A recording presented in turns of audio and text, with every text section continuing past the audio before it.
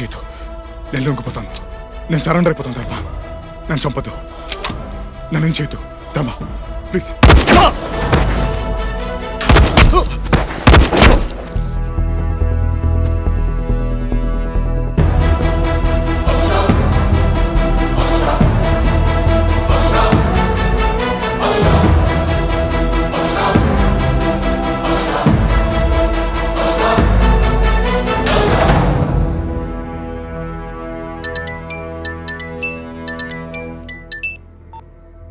Hello sir. Hello Sitaram, what's going on?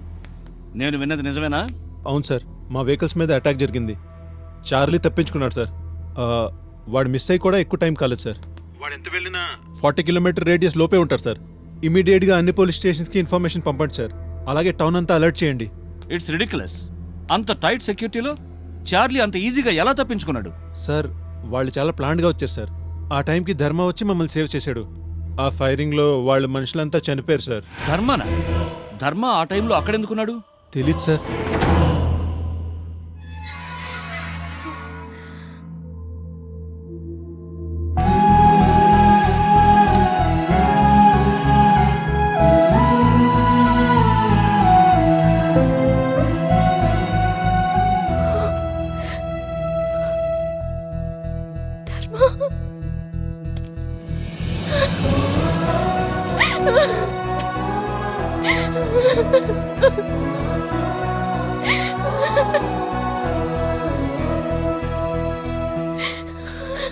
Madhava sir.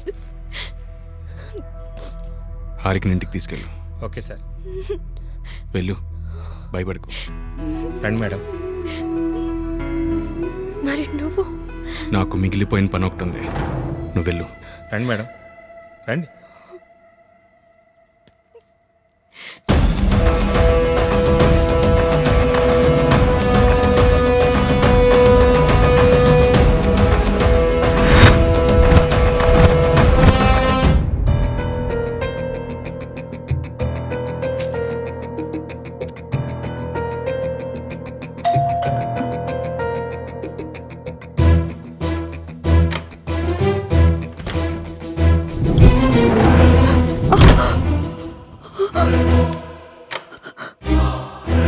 Madam, current bill madam.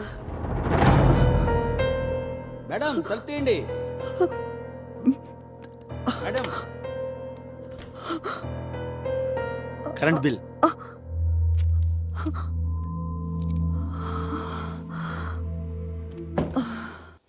Good afternoon sir. Charlie తప్పించుకున్నాడు. State మొత్తం ఆడి కోసం highlight ప్రకటించారు.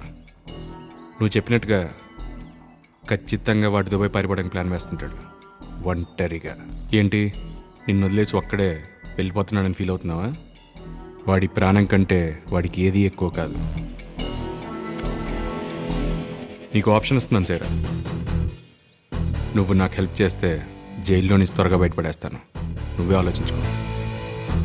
ఇక్కడే ఉంటావు, బయటికి వెళ్ళి కొత్త లైఫ్ స్టార్ట్ చేస్తావు. ఇప్పుడేం చెయ్యాలి?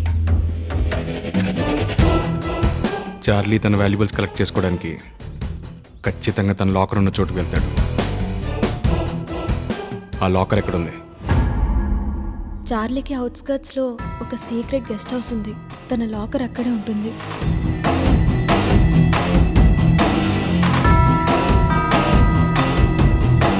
సార్, నేను ఎస్ఐ లక్ష్మణ్ మాట్లాడుతున్నాను sir. Charlie guest house check చేస్తున్నాం సార్. ఇక్కడ తన లాకర్ ఓపెన్ చేసి ఉంది. ఇక్కడికి వచ్చి తన ఐటమ్స్ ఏవో తీసుకెళ్ళినట్టున్నాడు సార్. ఫింగర్ ప్రింట్స్ చెక్ చేస్తే మ్యాచ్ అయినాయి సార్. Are you sure?